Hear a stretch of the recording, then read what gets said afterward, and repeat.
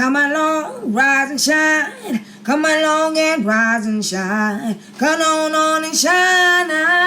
Come along and ride on a light walker Johnny. Light walker Johnny. Yeah. Come along and ride on a light walker Johnny. Yeah. Everybody to another edition of the Sunday Soul Podcast, and we have an amazing treat for you this Sunday. We have with us Shaman Iris Meyer, hailing to us all the way from Switzerland. So excited by way of a few other countries, but we'll talk about that in a moment. Iris, welcome to the podcast. Thanks so much for having me on, Lisa. It's lovely to be here. Oh, thank you so much. So, as most of you, if you've listened and followed us, we've had some shamans on before, and I love the fact that we get to speak with female shamans because a lot of people don't know that all shamans were female at first. But Iris has a very interesting and a very, I'll say, introspective and a very deep perspective on shamanism and its utilization for the assistance for humanity and such. So I want to give you the opportunity to introduce yourself. Tell us how shamanism found you, how you found shamanism. Just give us a little bit of background, and then let's get into some of the deep stuff. Sure. Thanks. Thanks for this opportunity. It's great to be here. I'm originally from California, so I grew up in California. I never felt at home in California, though I love the land. I just didn't feel like it was where I belonged. I always felt like I should be somewhere else. So when I was 16, I left and was an exchange student to England. Lovely, wonderful. Went back home to California, missed England a lot. And when I was 24, I had a great life on paper, but decided that it was not where I was meant to be. So I kind of moved heaven and earth to move to London. And as soon as I moved to London, the next day I met my husband, and that was pretty much it. I stayed in London after that.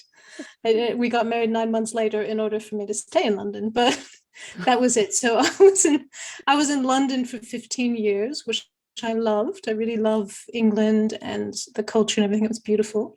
And then my husband was transferred to Switzerland, and we've moved here, and it's kind of like next level amazingness in terms of nature and quiet. Not at all like London. It's a very beautiful place, slightly challenging with the language, but I'm here and it feels like the right place. Now, just about me, since I was, well, as long as I can remember, I've been really connected to the world of spirit. I grew up in a very spiritually aware family, but I was always seeing things that weren't there. And it was scary sometimes. It was, it was beautiful sometimes. I used to play with fairies when I was little and make little, give them offerings of flowers and all of this. At some point, of course, I felt like I shouldn't be seeing those things, and I tried to not, and I had to stop talking about them because I couldn't. You can't go to school and talk about fairies. It's not really okay. And as I got older, particularly when we went through adolescence, a lot of the things that I was seeing got very disturbing, and my psychic abilities took a sort of darker turn in that I was having a lot of very bad nightmares and visions of people dying, and it was just really intense and horrible.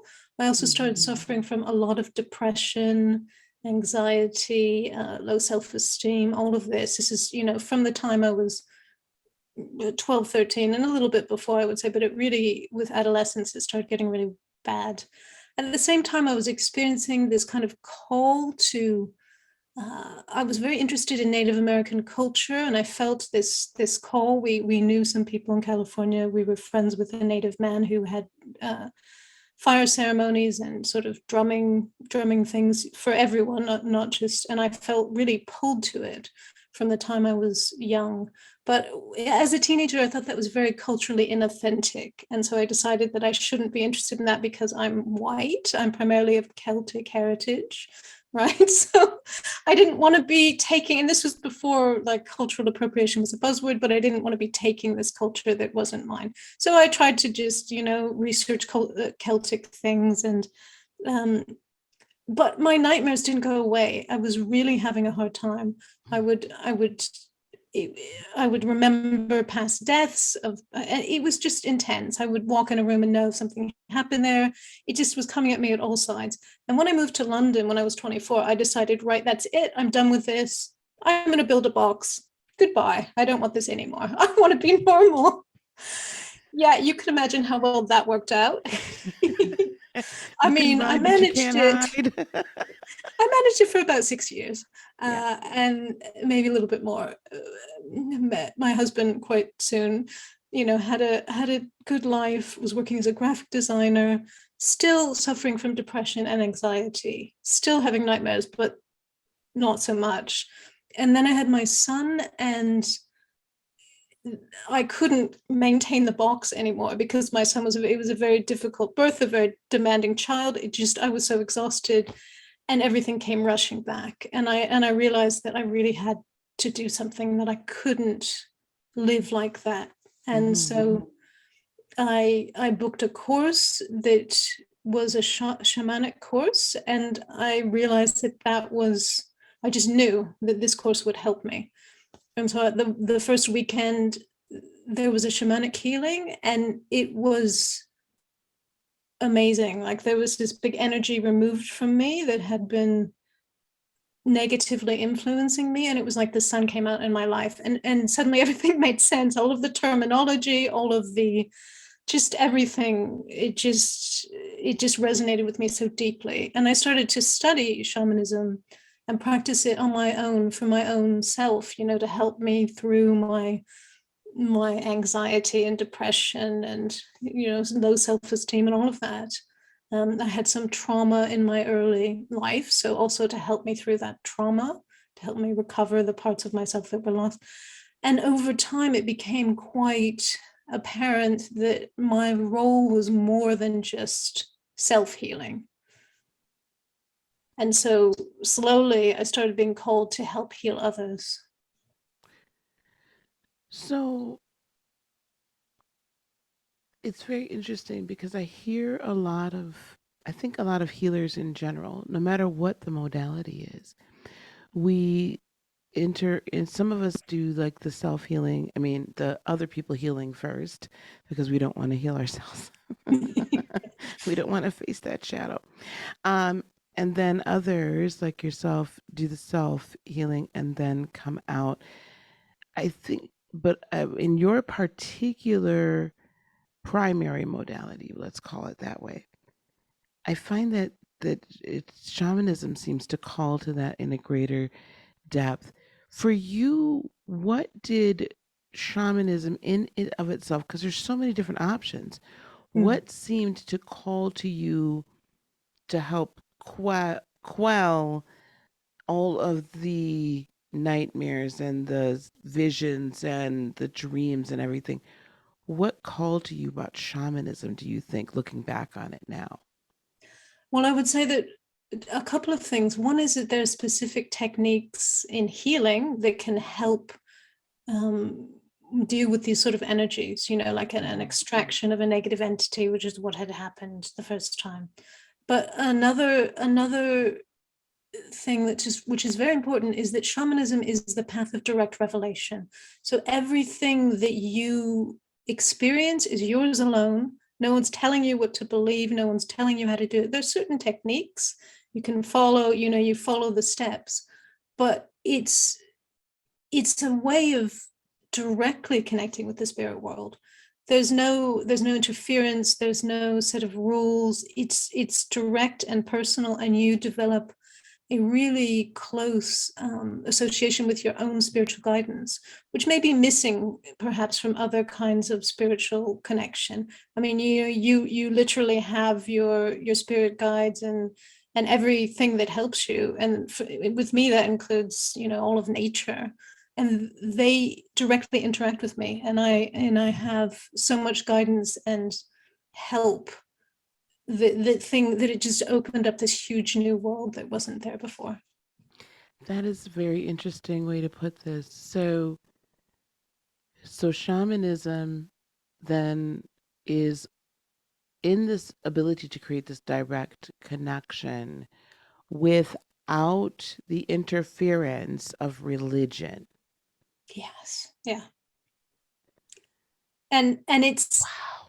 it you can be religious. I have known Christian shamanic practitioners. I've known Buddhists. I've known people, it doesn't matter. As long as you believe in the spirit world and you believe that you can be helped, then you can connect. And there are no real rules. I mean, there's common sense and guidelines, but it really is, it's the path of direct revelation. So everyone that I work with, who I help, I tell them this is how the steps, but your experience is yours alone.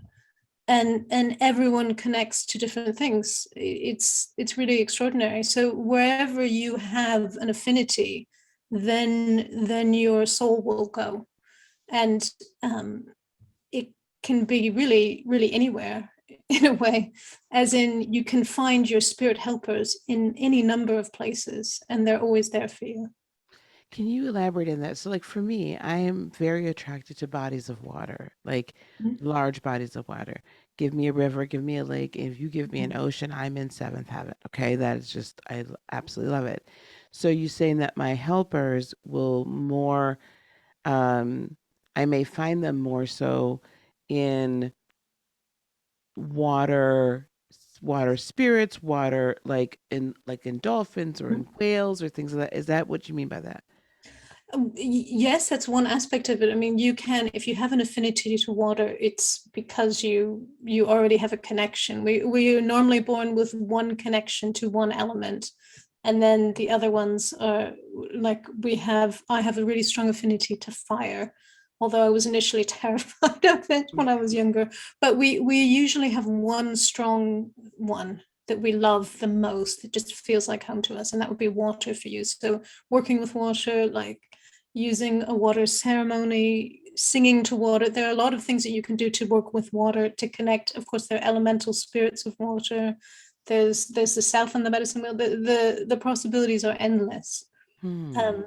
But also in terms of sort of a pantheon, like a little team of Mm-hmm. spirit helpers, Mm-hmm. you you might be surprised who you find in your team. I'm sure you know who's in your team, but if you didn't know, like for me, it took a while for me to accept that I had this Native American connection. Now I Mm. because here I am, this white girl, and I'm like, I have drums, and they're made by a medicine man, at least one of them, but like it's still um but it's part of my spirit heritage that can be connected to your soul family, which is something that is like where our soul originated in at our very start.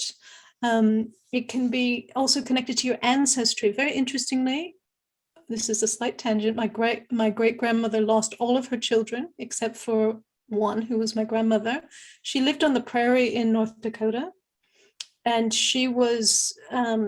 They were very kind to the Native Americans, obviously having settled on their land. So I can't say that they were like, of course Mm-hmm. we know the history, but they were nice, and she befriended a guy called Amos Yellowhawk, and she would give him pie. And at this time, at the turn of the century, no one was giving pie to the Native Americans. They were driving them off their land with guns, but she would give him pie. And he noticed when she was pregnant, and he said, "Are you pregnant?"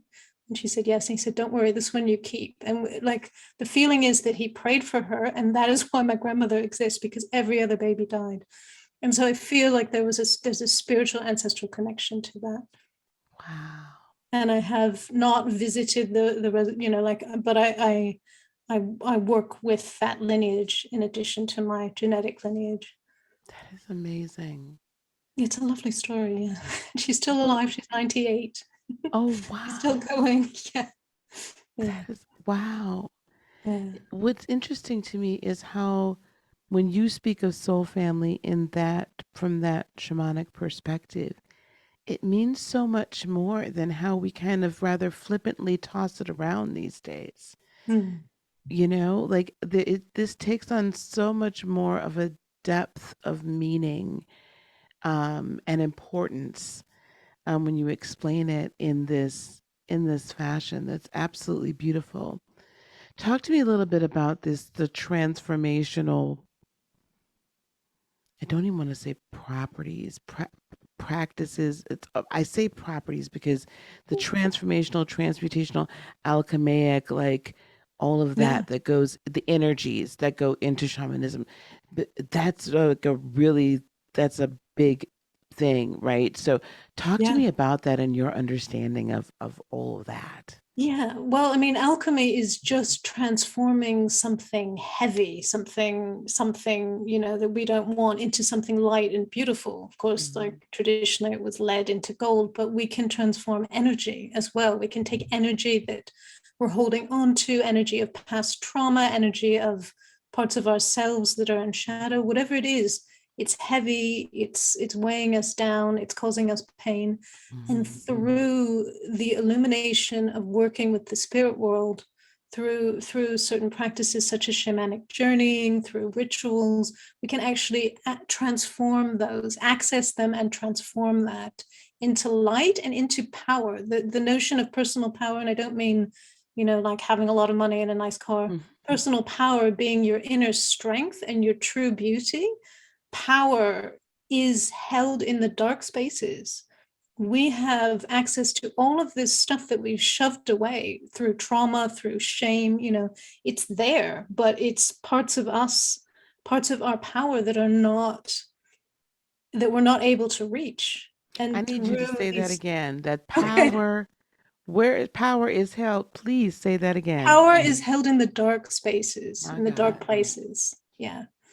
And a lot of in our culture, we run away from the dark. There's a lot of, in the new age movement, love and light and angels and sparkles, which is beautiful and wonderful and true, but the dark exists. It's just the other side of the light.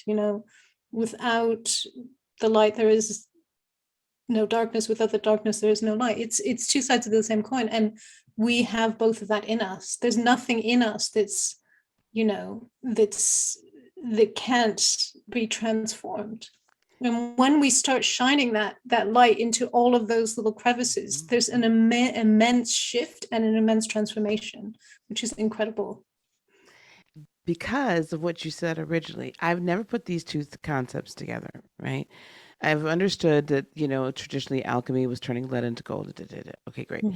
And then now for me, I'm like, well, the true alchemy, the true teachings, right, was all about mentalism, right? And the direction or conquering or, what have you of your mentalism in order to be able to then tie into that in the ethereal realm, right? But what you just said, what got to me is this darkness, right, is just dense light. Yeah, exactly. That's that's true. So it stands to So true. perfect reason that as we go in and do the shadow work, Mm. that is, and we then release that. We raise that vibration. We change it from this dense, heavy, dark weight that can traumatize us or that can just, we end up going through like the same toxic cycles because we're continually drawn to this dense energy. Exactly. Yeah. I never, wow, never looked at it. That for me then also, I don't know how you feel about this, but that for me then really speaks volumes as to why some of the Judeo-Christian practices, if you will, Mhm. would want to shun that away and put that away, right? Because that is truly unlocking your personal power and not having to look outside yourself to heal and be whole. Yeah, and this is why, I mean, all of our ancestors, regardless of our race, if you go back far enough, we're all shamanic. Hmm. Shamanism is the one thing that's in common in all cultures. aspects of it. But this is why, yes, it was persecuted. It was basically squashed and eliminated, because it is access to power and personal power. It's like democratic. It's power for all, and that's not what the Judeo-Christian tradition is into. It's power for the few, particularly men, white men, right? So kind of, right? Let's be honest. Yes. Maybe it's not all white, but men. Well, close And enough. yeah. But yes, but men, very misogynistic, Mhm. very patriarchal. When all one has to do is look into the not too distant past to see that our societies and cultures honored and revered and were matriarchal. Yeah, exactly. It was a much more even distribution, if you will, of quote unquote power, but the reverence for what the women and the mothers, what that energy represented and what we did and what we bring to the table, and how we operate was so much greater than, as soon as people start writing versions of books. But we'll just leave that alone. I'm going to get myself in a ton of trouble here. Um, so let's talk about this shamanic alchemy a little bit deeper, because I love Sure. this. I love this. So as one is going on this personal power journey, what do you Yeah. find as you work with people, because you work with people one-on-one and beginning to Yeah. work with people in group settings soon as well? What's that journey like? What's that alchemy like for someone? What can they Well, expect? normally it starts with someone that either feels like their life is missing, or they have issues. They have trauma. They have personal issues, and they come to me for this reason. And when we first start, we look at addressing those parts that have been lost to trauma, because in shamanism we look at the whole energy, which is traditionally called the soul, but it's not like a Christian soul. We look at the soul as a whole energy, and see where the pieces have gone missing, because there's something called soul loss that happens when you get a trauma. A part of you breaks off and either stays in that traumatic experience, or can run away, or can go to another part of the past where it wasn't traumatic.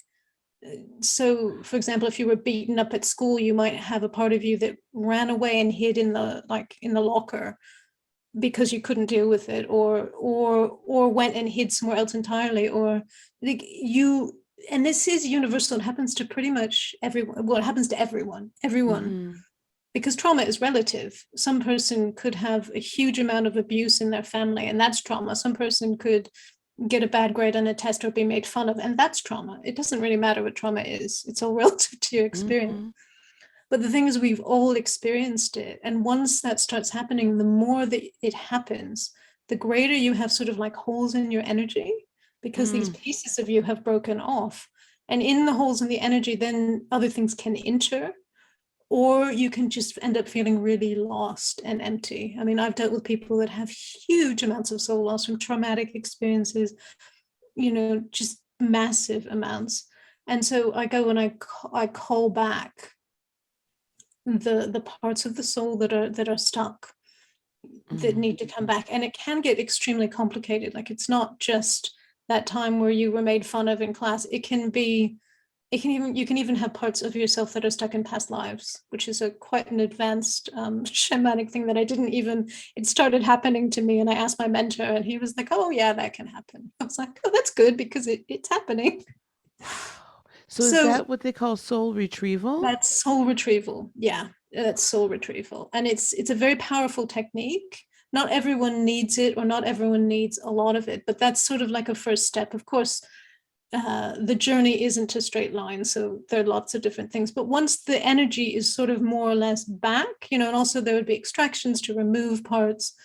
Once the energy is more or less back, then we start looking at the themes that are coming up in the life. Like, what is it? What are the patterns that you're repeating? Are you always going for the wrong man? Is it, are you always having problems at work? Is there, are you just always sad? and looking to see where those may have come from, how they can be shifted, connecting the person to their own spiritual guidance, like through teaching them how to do shamanic journeying is really important, because then it helps them make their own team and their own have their own ability to ask guidance, and little by little things shift, sometimes quite dramatically, and sometimes in a short amount of time, or sometimes it will take longer, but it always is a big shift over time. Like it's not an immediate but none of this work is, right? No, not at all. That is so incredibly interesting. So, as you're doing this alchemization, I know everybody's experience in working with energy is a little bit different, but I'm sure everyone would like to hear, what's your experience like? Do you physically see this energy sometimes, or how does it represent itself to you? And then as you're going through this transmutation process, right, and the alchemization process, if you can share a little bit about that? Yeah, of course. I mean, so I start by I have this is when I'm doing a healing. So shamanic journeying is different, but the person will lie down and I'll just connect. I have a song that was given to my mentor, a Native American song that I call in the spirits, that was given to the European people to use, let's put it that way. Call them in, and then I verbally call them in, and I just sit with them for a while and and kind of ask, like, where do I start? And then I will start sometimes moving my hands over them, using different tools like the rattle, the drum, the smudge, which is dried herbs, like sage. And then I will get some guidance, and I'll just know. I just have that inner knowing, but I know what needs to happen. And when I tune in, then I'll see it. Like I'll see there's an ancestor who's really unhappy, who's holding this pattern of pain, or there's a part of them that's stuck in their childhood when their mother will beat them for the first time, or whatever it is, or there's something that needs to be removed from their body, and I will see it visually, and go and interact with it, remove it, or talk to it, or find it and bring it back, whatever it is. So I'm very, very much, I'm here in this room, but I'm also traveling on the spirit world at the same time. And I never know exactly where it's going to go, but it always goes exactly where it needs to be. Yeah. I love it. And then at the end of this, I know for some of us, like, I'll just put it this way, at the end of that, like after we've extracted and removed, is there like kind of, I don't know if I want to say replacement, but refilling of these gaps of and these course. spaces? Like if you ever take something out, you always put something back, whether it's a part of their soul, their energy, or it's light. There's certain healing techniques, some of which I've been channeled to me, and some of which I learned, where you put light in, you repair the energy body. It's all of that. So definitely, you always leave the person better off. They're always more full of their own light and less full of whatever else that they need to do. But my whole thing is not, I love doing the healing on the people, but my whole thing is helping people in their own transformation. So giving them the tools to go on their own journey and find their own way. I have a wonderful client who was probably about 5 years ago we started. She was very unhappy working, in product marketing for a big corporation here. And through the course of us working together, she's now a light language channel. And that is what she does. So because she found her way through the tools of shamanism and shamanic journeying and, soul retrieval and all of that. And her life is completely different. And it's amazing. So that's what really makes my heart sing, is the helping the people. Of course, I have all of these techniques and what is a gift, to very easily enter the spirit world and interact, and using shamanism as kind of a lens to focus that gift. But I love to help people find their own gifts, like this wonderful lady who's That is absolutely beautiful. I love that. I love it. I love it. I love it. So you've brought up the word journeying, or they're on their journey. So I know going on one's growth journey is different from journeying. Yeah. And so all these like shamanic journeying and these shamanic practices are like these, it's like this new thing, right? Or this in thing right now. And Okay. so I want to be sure that we're dispelling, and thank you so much because it's been wonderful dispelling some of these discrepancies. So when you speak of somebody's journey, it's different from journeying. So can you kind Yeah. of help us understand the difference between the two? Yeah, I mean, your journey is just like your life journey, right? Your Yeah. path to find your true calling, your true soul, all of that. That's just your journey. But shamanic journeying is a very specific process. It's kind of a modern world. Traditionally, shamans wouldn't say, "Oh, I'm going to go on a journey now," whereas a modern shamanic practitioner would do that. Like, it's just a way of interacting with the spirit world.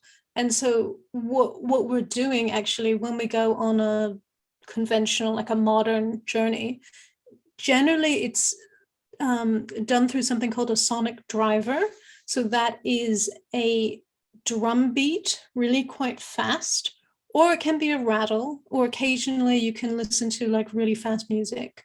But it's boom, boom, boom, boom, boom, boom, boom. And what that does, it puts our brain into a theta wave state. And this has been proven, like scientifically, they've hooked people up while they were listening to shamanic journeying music. You can get the tracks, you can buy them anywhere of someone recording for this purpose. And when you go into a theta wave state, it's like you're in a deep kind of meditative, that kind of twilight state when you're just falling asleep or just waking up. It's a very fertile state for the mind. It's kind of the place where your inner critic can fall away and you're a little bit in a lucid dream state, more or less. And so you get into that state and you follow a pretty specific protocol. In modern shamanic practice, we follow core shamanism, which is something that was invented by Michael Harner, who was an anthropologist who realized that all of the shamanic cultures that he studied had really similar, let's say, geography of the spirit world. So you have the upper world, the middle world, the lower world. And so there are certain processes that you follow in this journey when you're listening to this music, to go up to seek certain types of guides, to go down to seek certain types of guides, or to go out to seek the spiritual equivalent of this world. And you can do this quite easily listening to one of these journey tracks. It's usually 15 minutes long. The music changes and you come back. And the way I was taught to do it is to write down everything that happens. Rather like a dream, everything has importance, and it could be something that is really important later, so you take notes. Now, that's a conventional way to journey. There are a lot of different other ways. Many people don't see things. They might feel things or hear things or, smell things. I worked with a lady who only felt like physical touches, like somebody was shaking her or whatever. And that was what she got. Wow. You can also do a journey through dancing by listening to, certain kinds of kind of trance music and kind of go into that state. You can also go on a journey, like a guided meditation, which I do a lot with my clients, is where I'm kind of channeling the meditation and they go into the journey. I do that I'm trying to do that in the moon, and it's beautiful. I'm just channeling the energy, but it's a shamanic journey as well. So it's less about listening to the drum and going in there and more about just accessing the alternate reality, or the non-consensus reality, some people call it, just accessing the spirit world. Yes, the other dimensions. And we can all do it. That's the thing. It's like in our spiritual DNA. It's our ancestors would have been doing it, and they wouldn't have been like lying down with a blindfold on their face listening to somebody drum, but they would have been dancing around the fire. They would have been listening to stories.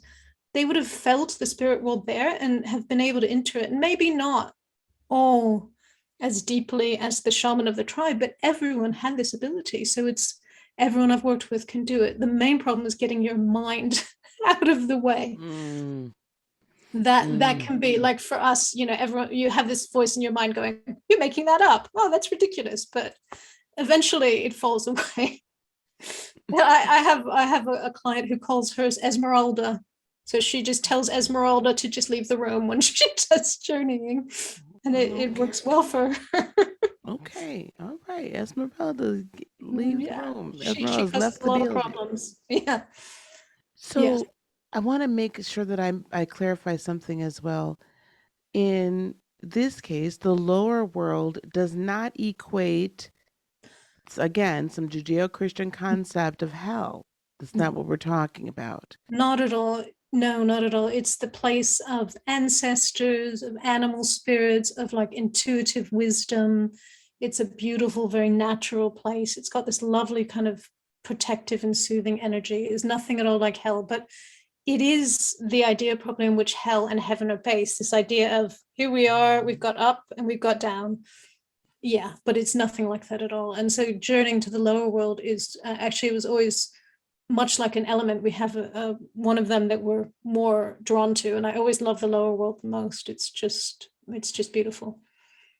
And when you're journeying, it's your own landscape. It's like your own geometry. It's your own place, so it's safe. It's not, you're not to the upper or lower world. You're not journeying out to a place where other things can attack you. So it's a very beautiful, personal, and generally quite safe space. That's beautiful. It's kind of like, well, how we taught it in the church, right? With, we would say speaking in tongues, and now I say light language. It is, I always taught everyone, it is your unique language that has been given to you by spirit. Yeah, it's And yeah, it's it's the same. yours. Yeah, that's It's right. yours. So this is your own realm. These are your realms to Yes. travel to journey in. Yeah. And you can they often look the same, like you go back time and time again, and it might be, or it might change, but they're personal to you, and Mm, it's quite amazing. that is beautiful. Do you think, just hypothetically speaking here, that perhaps the lower world in this case was made into something scary so we would not go there to access the power that's there? I've never heard that hypothesis, but I think that makes a lot of sense. Yeah, like stay away, it's scary, you might be attacked by devils or whatever. It's the devil. Whereas actually it's there's a huge amount of power there. And it's a power that's sort of intrinsic to us. It's our ancestors, it's like the earth, the Mm-hmm. bones of Mm-hmm. us. So Mm-hmm. there's a huge amount of power there, for Mm-hmm. sure. Mm-hmm. Yeah. And likewise also heaven was very inaccessible. You have those gates, you have to be Yes. ticked in, right? If you're not on the Yes. gate list, guest list. And Yes. heaven is also a place, heaven, sorry, the upper world, which is heaven, was also a place of huge power. So both of these were taken away. Wow. And then you the spiritual equivalent of this world also, that was also taken away because all the priests would have had all the spiritual power, and so yeah, Wow. that's quite yeah, that's amazing. I We've had think you're so much right. stolen from us. We have and for someone like me who is, I don't know, 600, 700, 1,000 years removed from that, there's just not anything really that we can touch without going into the realms of channeling our ancestral wisdom, because it's just gone. It was annihilated, really. There's Celtic shamanism, but that's a recreation because it was all taken. So I I, I know that I'm also I also manifest, I'm the oppressor because I'm the white person, but also we have had a similar experience, but just thousands of years ago, Mm-hmm. which makes it less painful, but Mm-hmm. doesn't make it any less tragic. Right. That makes sense. Hard to We'll say have that to though. I talk don't. something. We'll have to talk about this a whole nother time because I Yeah, don't look at, I don't look at it, you, or right, as I can't look at you as an oppressor. I have to if we are truly going to ascend, if we are truly going to be awakened and proclaim to be awakened beings, we have to begin to look at things from the lens of neutrality, and from the lens of, while ancestors may have done this, that, and the third, because trust me, there's plenty of dirt in my ancestors that my ancestors did to other people's ancestors or Of whomever. course. Yeah. So, we have to look at the truth of the thing, and a thing is a thing. But now it's overcoming and disrupting the pattern of division to bring about unity. And where is that unity most most expeditiously achieved is in the upper realms and in the spiritual. Of course. Yeah. Because in the ethers, we're all the same. I mean, we're technically all the same now, but, cultural differences and whatnot. But there is no division in the ethers. It's true. And that's a good point. I find myself being hyper conscious of it because I have people calling me out, like, you can't be a shaman, you're white. And that's happened to me more than once. And, a shaman is someone who's chosen by the spirits, and the spirits they're not seeing color. You're right. Like, a calling is a calling. Right. And my calling is strong. It's only recently that I've actually owned that title, because I was afraid. I was a shamanic practitioner, and that was fine, but then I was called out on that more than once. Oh. And I was just like, okay, no, like, no, I'm really a shaman, even though I'm white. I mean, it is what it is. Like, I guess I can understand. I'm not, so for anyone out there listening that is just about to, get a wild hair. I get it, but so I'll be honest with you, when I'll see some folks that, actually, there's plenty of white shamans out here, right? Yeah. Some of them, I feel like it's appropriation because there's not a healthy respect. Yeah, and that's what also I need to say this, and I didn't know I was going to go here, but it's really important to say that I have the utmost respect for all of the cultural traditions, whether they come from Africa, South America, North America, wherever it is, and I am not the same. That is not the kind of shaman. I can never be like that. A shaman who's tribal, they've trained since childhood, they live with the spirits. That's not me. I'm a modern shaman. I can't be otherwise. I may go spend a month in the jungle, great. I'll have an amazing experience. And the spirits talk to me all the time. I am not the same. I am not appropriating anyone's culture because I can't. I sing songs, and maybe there's some healing methods that were given freely to the people who trained me, to my training lineage, much like Reiki is passed on. But that's it. That's as far as it goes. I no way can I compare, and I don't need to, because I offer something else. Correct. I offer something different. But and it's fair enough if people don't want to agree with me calling myself a shaman. That's completely fine. I understand. This is why I didn't do it for years. But the spirits and other people were like, no, just own it. So I'm owning my power by saying that. Yes. But I'm not the same. I can't be. Well, no. And this is the thing too for me, is that there's so many people that want to call themselves, in my culture, want to call themselves their conscious and their hotep and they're this and they're that. And I'm like, you do not embody any of those principles. You're, at some point I'll call them all out one by one, name by name. But for right now, just know, if you're doing mess and you're out here acting a fool, you're not embodying anything that you are espousing to believe in or to be an example of in a modern day situation.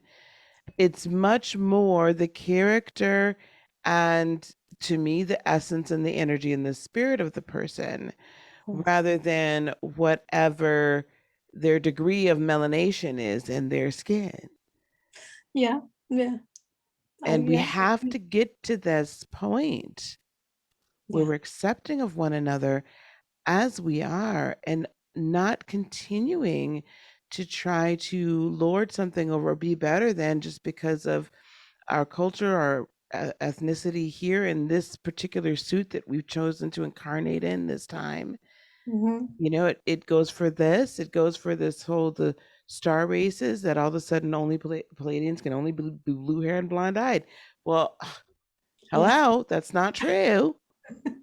You know, I know that it would make y'all feel better, but it's not true. So, you know, so I appreciate the fact that you are standing in your power.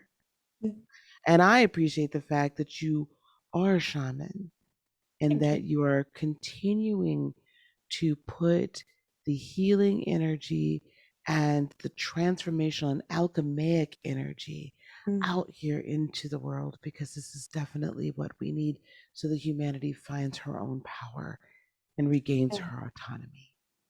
So I thank you. I appreciate you. Thank you so much. I appreciate you too. I really do. Thank you. Wonderful. Now, well, this has been quite the discussion. So you're doing something that I am so excited for. And I want you to let the people know how they can start on their own transformational journey with you. Yeah, well, I mean, I am just starting. I've done group teaching before, but in person. So I'm just starting to teach online, which is really cool and fun. I really love it. I'm running a workshop on shamanic journeying, just called A Journey of Transformation, to learn how to use these tools of shamanic journeying, and we'll explore all the different ways. I'll talk a lot about it, and I'll also channel. So whatever journeys we need to go on as a group, I will just kind of tune into the energy and like channel those journeys. So I have a 2-day weekend workshop coming up pretty soon on the 4th and the 5th. That's Saturday and Sunday. It would be in the morning for you in the United States, because I'm over here. So it's 10 a.m. Eastern time to 1:30 Eastern. But you can find all of the details on my Instagram page, which is at bright_shaman. And I also have a website, which is brightshaman.com. You can find it under the events page. There's a link there to go to the journey of transformation. And I'm really passionate about that. I probably will offer it one more time, and then I'm going to lead into a 6-week program on the wheel of transformation, which is using the medicine wheel and connecting to the elements to start making those transformations happen in a really practical way. So you have some tools to basically learn how to help these energies transform. Oh, that's just beautiful. That's beautiful. And for those of you that are watching on YouTube, or watching on Instagram, or watching on Facebook, or listening on any of the podcast streaming platforms, in the description box, I'm going to have all the links. I want you to don't walk, run, and go sign up for this, because she's just not going to, this isn't going to be open for forever. Like, go get one of the limited seats, reserve your spot now, okay?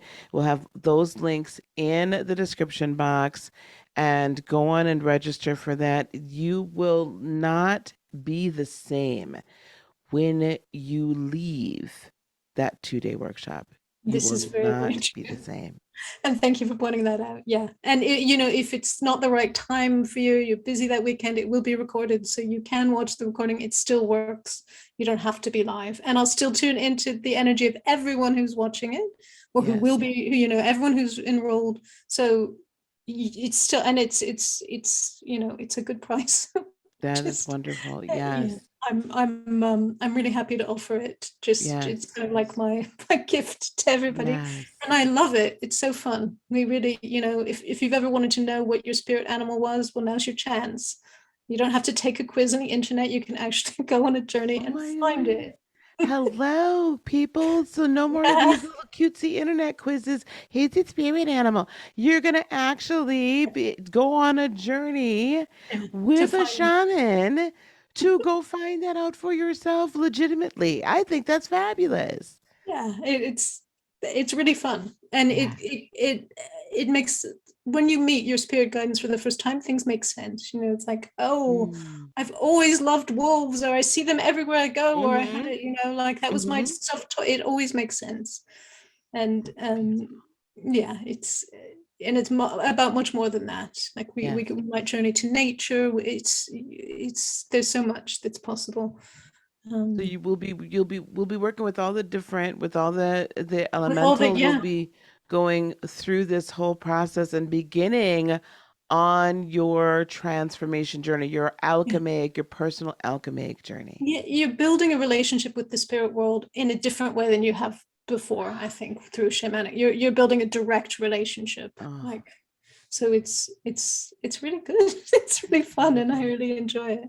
Yeah. That's beautiful. So you guys go see her on IG or go to Bright Shaman. I said it now. See, I'm talking to you. brightshaman.com. And I want you to go to her events page on that website and go on and sign up for this event immediately. Yeah. Don't wait. Thank you.